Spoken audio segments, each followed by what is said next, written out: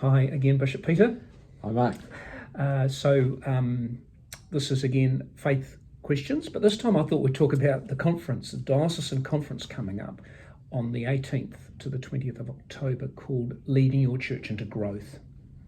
So we've been planning this for quite some months, and the word has really well and truly gotten out, which is great. And there are 50 applicants or registrations, which is wonderful. We really hope to get up to 120 plus, of course. But tell me, why is this particular conference important for the diocese at this time? I think it's really important because many of our parishes are really keen to see some kind of turnaround. We've had a real challenge with COVID. People have stopped going to church, though some signs now we're out of the government restrictions and we're into spring that folk are coming back. But we've highlighted for ourselves that we actually want to see growth in our churches, not decline. Yes. And in our diocese, some churches are growing. So growth is possible. I think we might be lulling ourselves at times in some conversations into believing, it's all very difficult. Christianity in the West, secularization, you cannot grow. Don't expect it. Actually, we can grow, we could expect it. But many of us need some tools, some tips, some ways forward which we could learn about at the conference and go back from the conference to our parishes and say, you know what? We can make some changes that will have effect. That's exciting. And again, another big reason, in my mind at least, is inviting our clergy to sort of step back from the coalface, as it were. Ministries is tough, it's demanding, but unless we kind of sharpen the saw a little bit, then all our effort is not necessarily being applied in the best possible way. So this is an opportunity to sharpen ourselves and to implement, develop tools in our toolbox, as you said, to help that process of growing our parishes and our ministry units. In my own experience of leading a church into growth as a course through a few days of learning, it covers a whole bunch of things about how we can be the church we want to become. No one actually wants to become a church that's dying. No one sets out to kill a church, but sometimes we struggle to know how we can develop the life we have in the church, as I said before, to grow where our church is at the moment.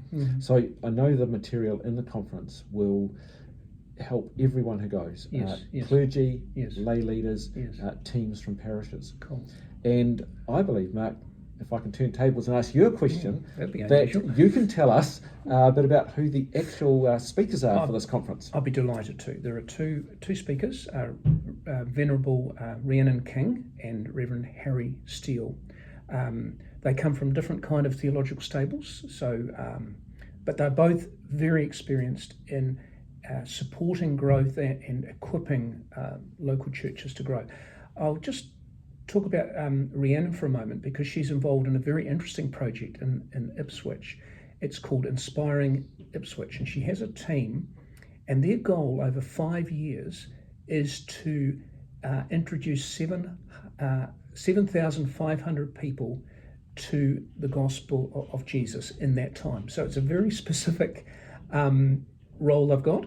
But then the next step is to help nurture 1,500 of those people. So we want to share the faith with 7,500, and we want to nurture the faith of 1,500.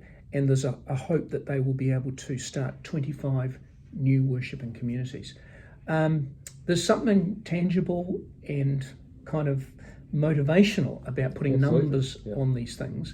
But she's got a team, and she's halfway through that time period, and I understand from talking to her that it's going extremely well. So I, for one, am very interested in anyone who is courageous enough in God to undertake this kind of ministry. I'm excited about that, and I'll be very keen to hear what she's been doing to make it happen.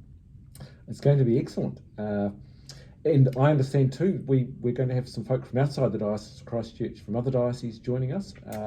That would be wonderful to be able to offer hospitality to them. Absolutely. So we've got people from Dunedin coming, which is great, Nelson, and some from the North Island as well as of course a number from Te Waiponamu, our own Māori, Tikanga Māori, South Island area. So it's going to be great. It will be energising as well, just meeting, chatting with people over food, talking about experiences, sharing the frustrations, but also the encouragements of ministry. It'll be a really wonderful time to do all of that. Any final comment you'd like to make to commend this conference to our clergy and lay leaders? I think if you're not going to be there, you're going to miss out. Okay, well that's a great probably point to stop. But if our viewers want to register, they can go to the Diocesan website, or they can even just go, search on Eventbrite and register there, but then they have to pay the registration fee itself directly to the diocese, so it's a two-step thing. But it's all on Eventbrite, all the information is there. If you get really stuck, ring the diocesan office, someone will help. We'd be delighted to. Thank you, Bishop.